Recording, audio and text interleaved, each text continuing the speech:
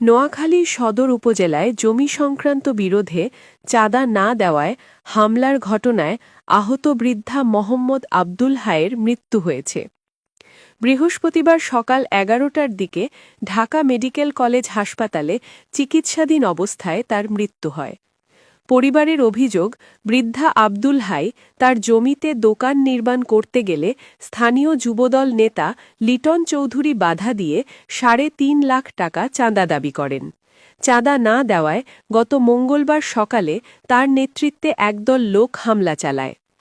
এ সময় আব্দুল হাইকে মারধর করে খালে ফেলে দেওয়া হয়।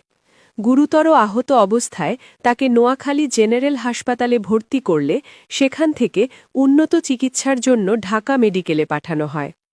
সেখানে চিকিৎসাধীন অবস্থায় বৃহস্পতিবার সকাল ১১টার দিকে তার মৃত্যু হয়।